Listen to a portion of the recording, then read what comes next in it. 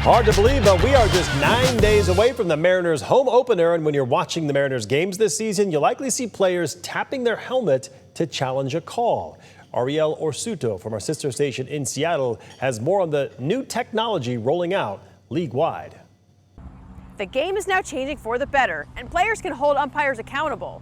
The Automated Balls and Strikes Challenge System, or ABS, is making its MLB regular season debut on opening day, but it still has some kinks to work through. We got a challenge. Oh, here we go. Seeing it in AAA definitely gets the fans involved too. I think it's a cool thing. And it is going to be a strike.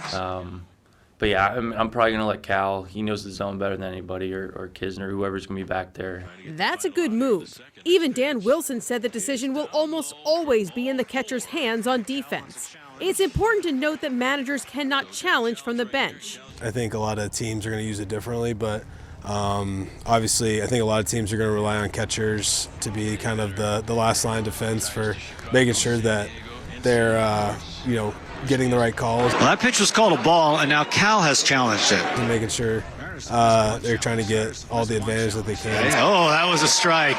Just tickling the edge. That's, where the education has to come in and understand where you are in the game.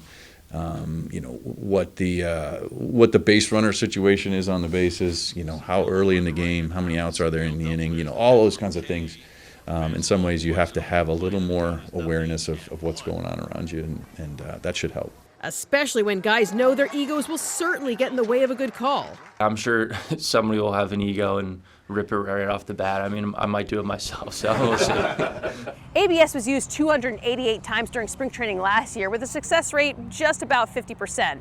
If you're wondering if it slowed the game down at all, not a chance. Just about 13 seconds per challenge. From Peoria, Ariel Orsuto, King 5 Sports.